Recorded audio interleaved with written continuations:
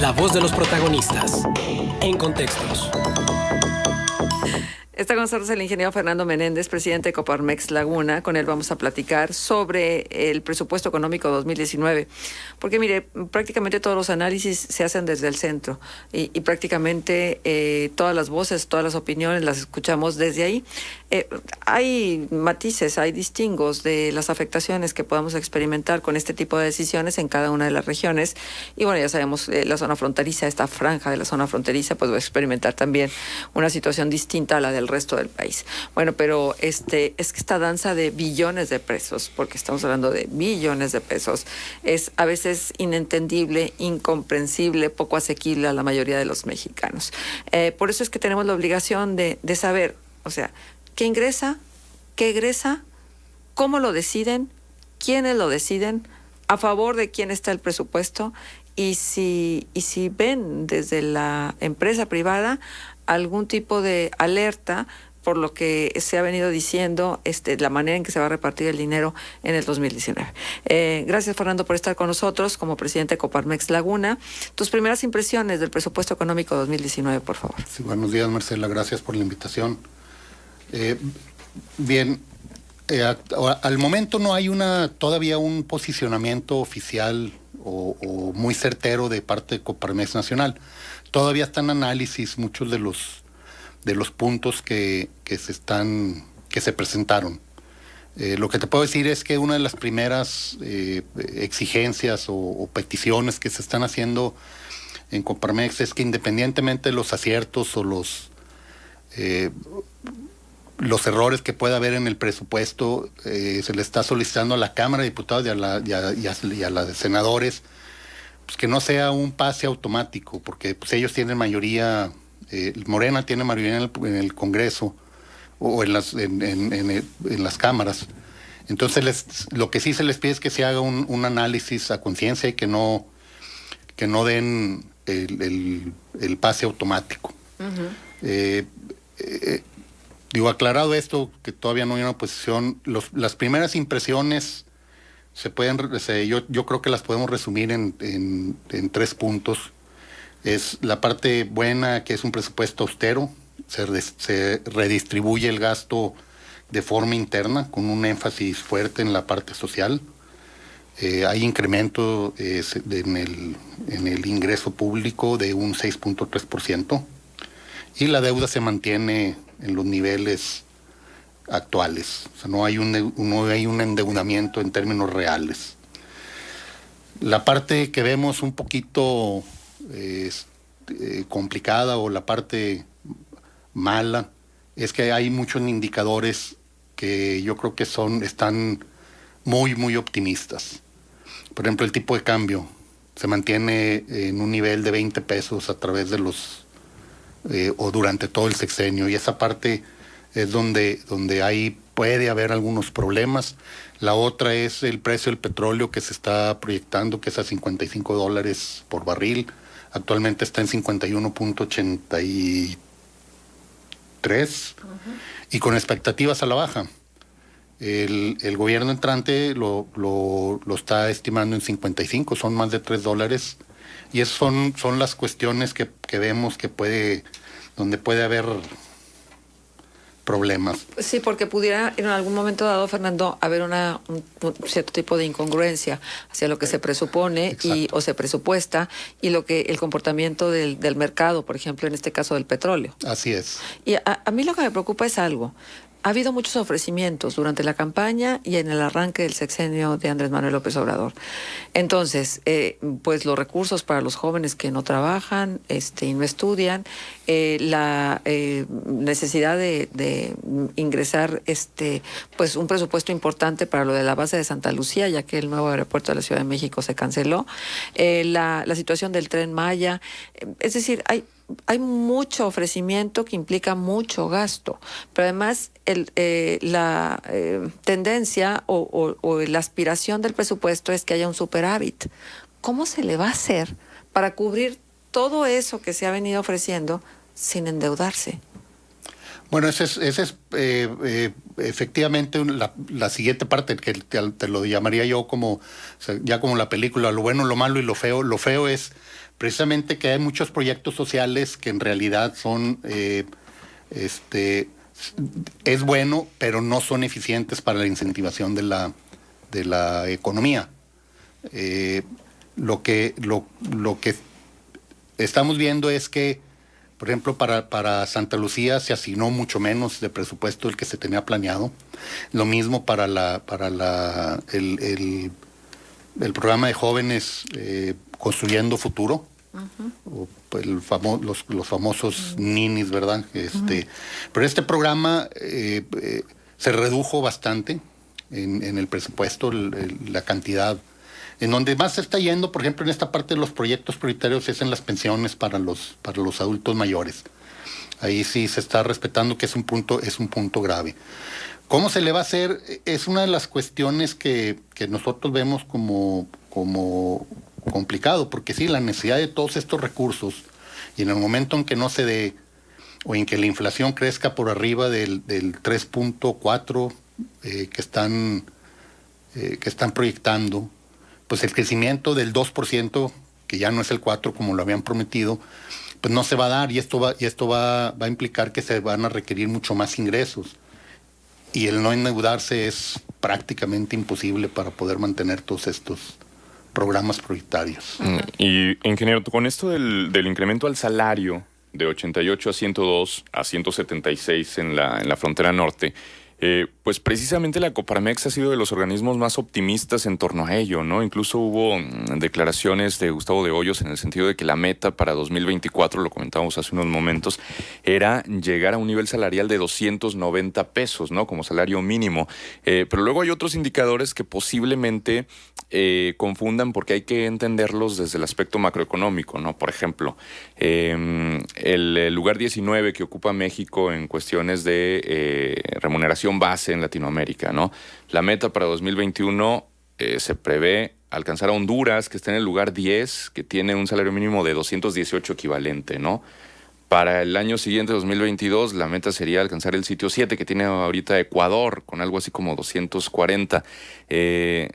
Son países que, bueno, tienen esta base salarial distinta, numéricamente, pero no significa que sean mejores economías. Digo, el caso de Honduras, pues la caravana migrante es muestra de ello, por ejemplo, ¿no? Pero es posible llegar a estos indicadores en el país. ¿Se puede ir recuperando el poder adquisitivo con estos incrementos, o por qué andan tan optimistas en Coparmex? Bueno, todo esto obviamente viene lo que se dio ayer, el acuerdo que se dio ayer del aumento para salarial, el cual llega a los 102.68 centavos, es el nivel de bienestar personal. Esa es la primera meta. Lo siguiente que se está planteando efectivamente son llegar a los 210, que es el bienestar familiar, y luego ser competitivos o comparativamente competitivos con América Latina. Y el último número que mencionaste tiene que ver mucho también con la historia. Ese es el poder adquisitivo que tenía el salario mínimo en 1976. Esas son metas que se tienen y que se están planteando en Coparmex, efectivamente. Sin embargo, no son aumentar únicamente por aumentar, bien, o sea, se tiene que hacer un estudio, y se están haciendo estudios para que vengan amarrados con la productividad y con la eficiencia en las empresas. Sabemos que aumentar los salarios puede y trae consigo un aumento en la inflación. Eso sería inocente pensar el que no tendría repercusiones en este sentido. Entonces ya lo que viene para adelante es con estudios y con acuerdos, también los acuerdos tripartitas entre la parte de gobierno, la parte laboral y los patrones, de cómo ir aumentando esto paulatinamente en base a productividad. Uh-huh. Ajá. Sí, y por ejemplo, los efectos de la inflación previsibles directamente, que incluso el gobierno federal dice que no serían tan negativos o no causarían un impacto tan grave en las economías familiares, ¿cómo se podrían medir? Lo han dicho claro, no son inflacionarios. El aumento, el gobierno federal lo ha dicho, el aumento en el salario mínimo no es... Sí, bueno, que no es inflacionario como tal. Sí, bueno, no. O sea, si vemos la proporción, y en realidad no traigo el número, pero la proporción de la gente que gana el salario mínimo efectivamente Es no... un referente. Exactamente, es un referente. Es un referente que sirve para muchas cosas. Por ejemplo, para pagar menos cuotas del Seguro Social por parte de los empresarios. Así es. Porque se registran a los empleados con los mínimos cuando realmente hay un recurso más allá del mínimo para pagar a los empleados. Es que acá, digo, yo creo que no nada más el gobierno tendrá que poner de su parte, también absolutamente todas las partes que componemos la sociedad mexicana tendremos que poner de nuestra parte para que se regularicen estas situaciones. Pero yo voy a esto. También ayer platicábamos con el contador público Octavio García Aymerich, ayer antier. Sí, ayer. Uh-huh. Y entonces decía Octavio que lo que viene es una fiscalización importante a los a las personas que están ya dadas de alta en la Secretaría de Hacienda, en la formalidad. Y entonces yo le decía, bueno, y los programas para que los informales se metan a los regímenes, al régimen fiscal, ¿dónde están?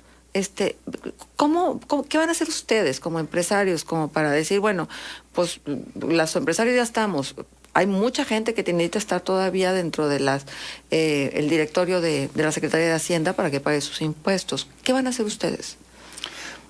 Es la parte donde se va con Hacienda, con las autoridades y se les exige que hagan programas para la inserción de este tipo de negocios a la formalidad. O los grandes evasores, Fernando. O los grandes evasores, que son grandes empresarios. Bueno, sí, claro.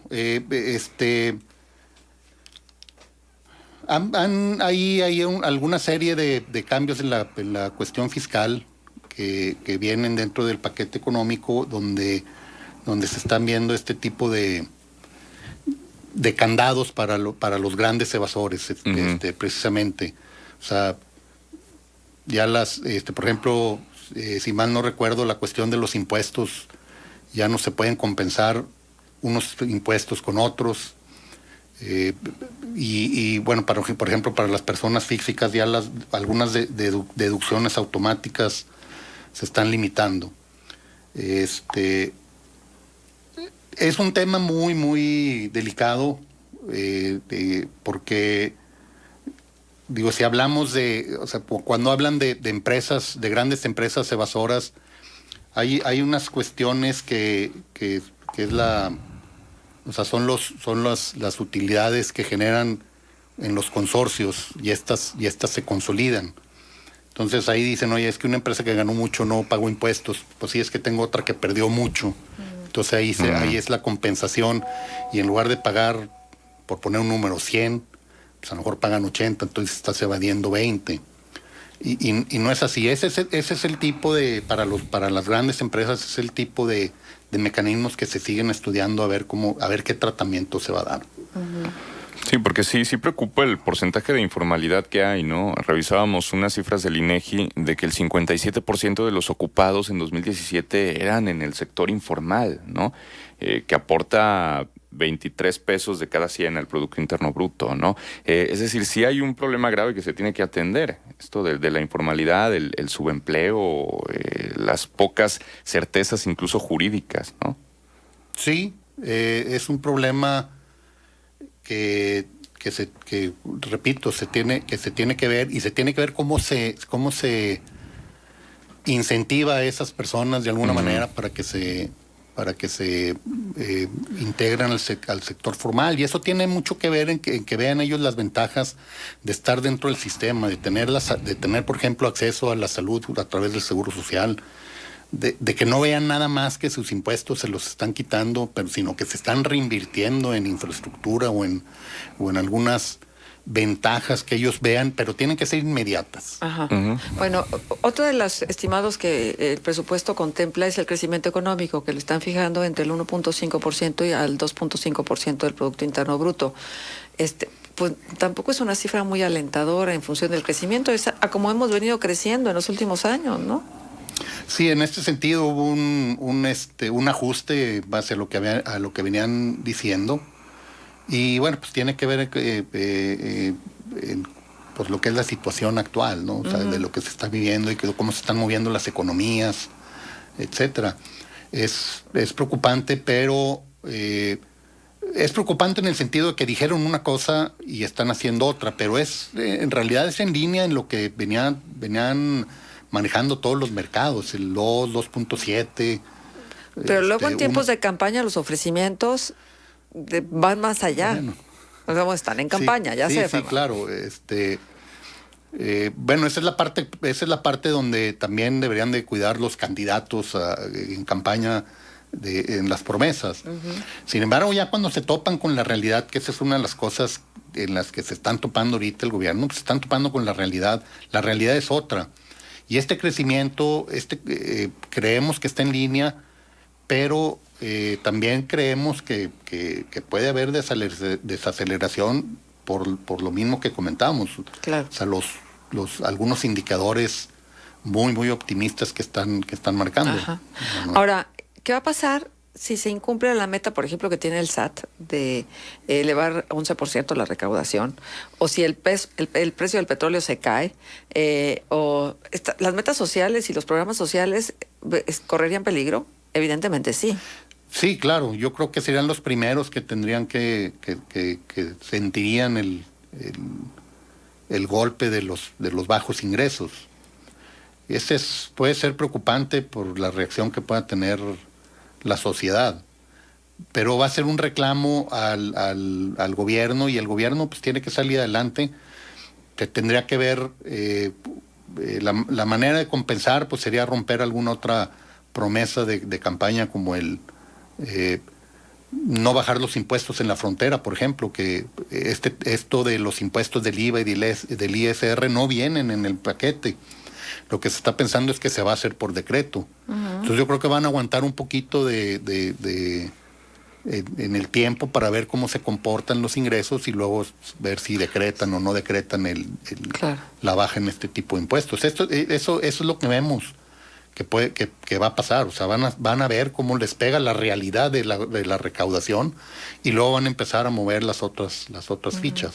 Sí, preocupa que dentro de las secretarías perdedoras, en función de los presupuestos para cada una de ellas, comunicaciones y transporte se vea reducida con un 21.46%, de 66.404 millones a 274.978, cuando sabemos perfectamente que parte del crecimiento y el desarrollo es fortalecer la infraestructura, por ejemplo, carretera, para que haya las condiciones necesarias en los traslados de mercancías en un mundo donde la globalización nos exige precisamente esto.